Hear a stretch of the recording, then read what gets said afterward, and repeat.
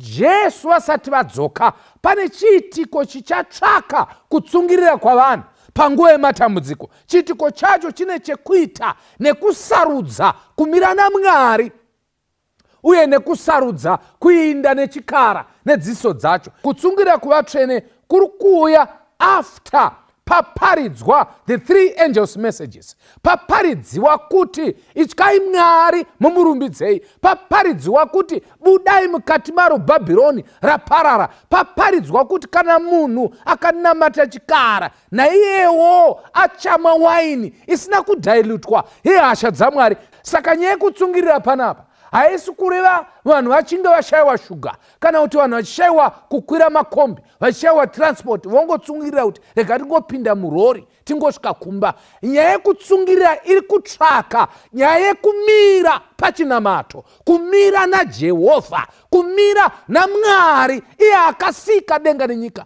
kunamata Mwari akasika zvinhu namazuva matanhatu.